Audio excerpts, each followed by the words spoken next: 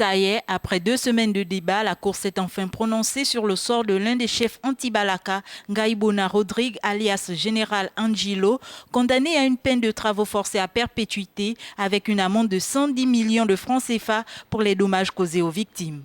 Ce chef de guerre avait été accusé d'association de malfaiteurs, de la détention illégale de munitions et d'armes de guerre, d'assassinat, de vol et de séquestration. Avant la délibération, le président de la Cour a donné la parole à l'accusé. Je vous remercie beaucoup, mes chers papas, mamans et frères. Je vous salue. À cause de ce qui est arrivé dans le pays aujourd'hui, nous sommes devant la barre de notre pays. Je n'ai pas beaucoup à dire, monsieur le président. Je m'arrête là.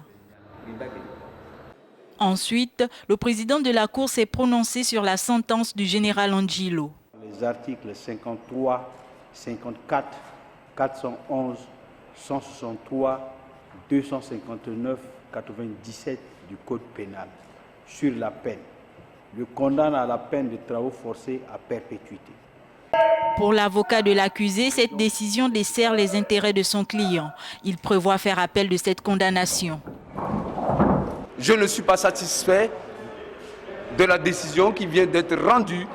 Je vais faire pourvoi, je vais élever pourvoi en cassation dans le dit dossier.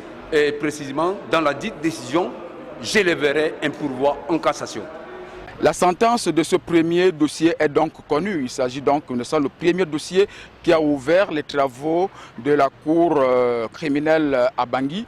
Le premier dossier étant donc le plus saillant, à savoir celui de Ngaïbona Rodrigue, alias Général Angilo, n'est-ce pas, qui a combattu dans la libération du peuple centrafricain lors de sa prise en otage, dit-on, par les éléments de la Séléka. Alors, il est donc condamné à perpétuité. Ils sont 34 dossiers à être examinés pour une cinquantaine d'accusés. Samuel Thierry Nzam, Bangui, pour Africa News.